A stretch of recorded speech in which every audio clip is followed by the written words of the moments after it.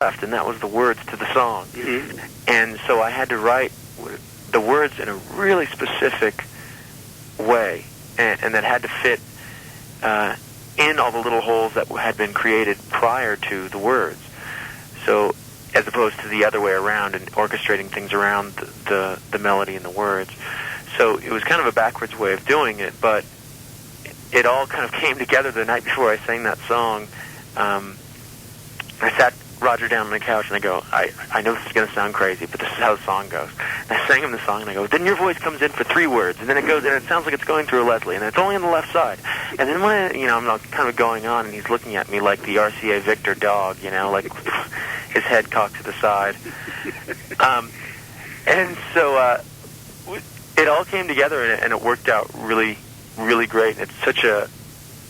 It's like a Jackson Pollock painting, There's just so many splashes of color on the thing, but it's in some really all-encompassing way. It's just, if you get distance on it, it's just really beautiful. I think it's a really beautiful song. Mm-hmm. Well, the amazing thing is, like you say, it does sort of include everything that preceded it. I mean, everything, virtually everything but the kitchen sink. Yeah, exactly. Whose idea was it to throw in all this stuff? Because there's never really a moment, though, when anything seems superfluous or extraneous. It all has its little place, even if for just 1 or 2 seconds.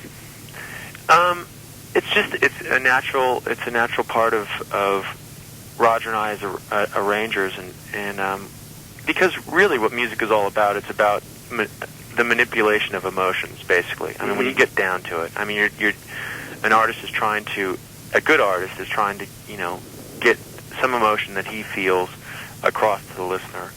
And I think we're lucky that Roger and I have enough knowledge and are music junkies enough to know how to do that. I mean, if Henry Mancini is scoring a soundtrack to a movie and a little bluebird flutters by, he knows that 2 piccolos, a flute, and a glockenspiel is going to create an image, And so if you're in a grunge band and you've got a guitar and a bass and drums, that's fine. You have a certain palette that you can work with to create whatever that sound is. But we don't like to limit ourselves in that way. We like to be able to go, well, God, I mean, this should be a banjo through a distortion box, and be able to go, oh yeah, that sounds great, let's do it. And we're also really lucky to have Jack Joseph Twigg, who knows,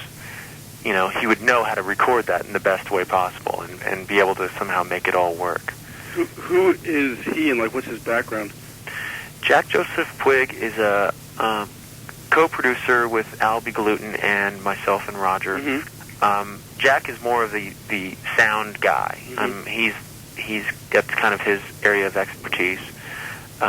He started as an engineer. He was a Reef Martin's engineer for a long time. Mm-hmm. But he's just done tons of things. He's done things by himself as well. So I mean, he's just. We were actually introduced to him through Albie Gluten. They were just good friends, and they really had wanted to work on some things together. Mm-hmm. And I just think he's absolutely the best at what he does. I think that there's a handful of really great engineers, and I think that we're lucky to be able to be working with one of them. Mm-hmm. You talked about the lyrics there, and indeed, that's one of the many endearing features of the music here. The stuff seems to come pretty naturally to you. Have you always been sort of a lyrics freak, or is this something new for you? No, it is actually something new to me. I mean, I even read the lyrics to the first album, and I'm not embarrassed. I'm proud of the lyrics on the first album, but there's something that happened. I don't know if I just became more of a literate person or more interested in that type of thing, because I felt like, okay, well, nobody else is knocking the door down to write the lyrics, so I better become better at it, Mm-hmm. And not that I felt like I was bad, I just wanted to get better at it, because I have my heroes too, I love people like Patty McAloon from Prefab Sprout, and Elvis Costello, or any number of great lyricists, whether it's Cole Porter, or someone else, and I've always been kind of a pun fanatic, and I like to inject humor into even a serious or sad song, to be able to just kind of look at a subject matter from a few different angles. I think is always the best way to approach it, or how we approach things.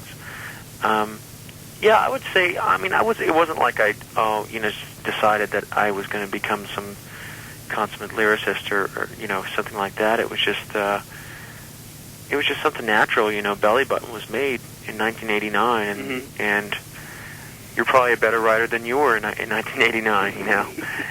So we all grow. Right. Well, what I found kind of stunning was the Glutton of Sympathy, because it's such an original idea. Yeah. That was actually born out of real life. I mean, the house that we were recording all these demos in, I forget what happened, but I mean, it was like I was having a fight with my girlfriend or something, and it was a great place on a hill that was in this valley, and the ocean was on the other side of the hill, and it was just, I went out to the living room there, and we didn't have any drapes or anything, and I thought the TV was on because the room was so blue, but it was just it was just an unbelievably clear night, and all these stars were out, and I just started staring out the window, playing the guitar, and it was just such a kind of a moving experience that I just wanted to incorporate it into a song somehow. Mm-hmm. And you say that Russian Hill is based on a dream? Yeah, well, Russian Hill, it's not like a dream that I had. It's more a description or fantasy of a description of a dream. I dreamt about a Sunday drive, and it just kind of goes on to describe the dream. Mm-hmm. When we were touring around for Belly Button, I didn't really have a place to live, so I got this studio apartment in this neighborhood in San Francisco called Russian Hill, which is a really nice neighborhood. It's really nice. All the best hotels are around there, and I was paying a lot of money for the studio apartment that I never got to see. I'd pay my rent, and I would go off for a month, to tour, and then I came back, and it lasted for 3 months. Then I realized I'm wasting a tremendous amount of money here. But it was just such an amazing place to walk around, and everybody was so nice, and the people were so beautiful, and everything was so. And there was a nice park and everything. And I was used to living in, the not so great part of town. And I thought, God, what a tragedy that it's not that these people are any better or any more deserving to live in such a wonderful place. It's just happens to be the luck of the draw, or the cards that were dealt, And so I just started to.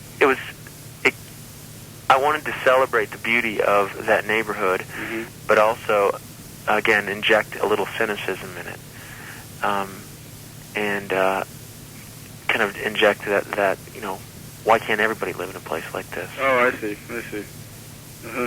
I guess some people new to the record are going to say, I really like the Queen song in the beginning, or there's the Supertramp one in the middle, and right. Yeah, is that a response you get very much? Oh yeah, I mean it drives us crazy because oh boy, I understand why people make Queen references, because Queen was a very vocal group, and we are a very vocal group, and when people hear vocals on top of guitars and drums, it's just appropriate. It's people go, oh, Queen, okay, great. Now I've got a pigeonhole to put them in, and that's it. And my response is, if you can name me one Queen song that incorporated any instrument other than those four musicians, bass, drums, guitar, piano, and those voices, I'll totally buy it. I'll say, yeah, we ripped them off, but we didn't. Yeah. These songs incorporate all kinds of orchestral elements. Yeah.